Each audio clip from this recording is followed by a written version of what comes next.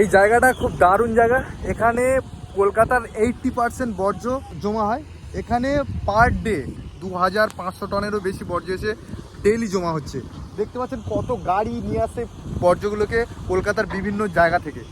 একটা আলাদা একটা দৃশ্য, একটা আলাদা অ্যাডভেঞ্চার বলতে গেলে, কারণ এখানকার লাইফ পুরো সম্পূর্ণ আলাদা। মানে যে যার কাজ করতে ব্যস্ত। দেখুন কাকগুলো তার খাবার সংগ্রহ করছে, গরুগুলো খাবার সংগ্রহ করছে, সবজির মধ্যে থেকে সবজির পাতা ফাতা এগুলো খাচ্ছে।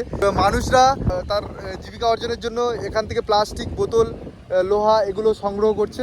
এবং এখানে দেখুন গাড়িগুলো তাদের জীবিকা নির্বাহের জন্য গাড়ি চালিয়ে সেই ময়লাগুলোকে কলকাতার বিভিন্ন প্রান্ত থেকে নিয়ে আসছে। তো এইভাবে চলছে পুরো রিসাইকেলিংটা।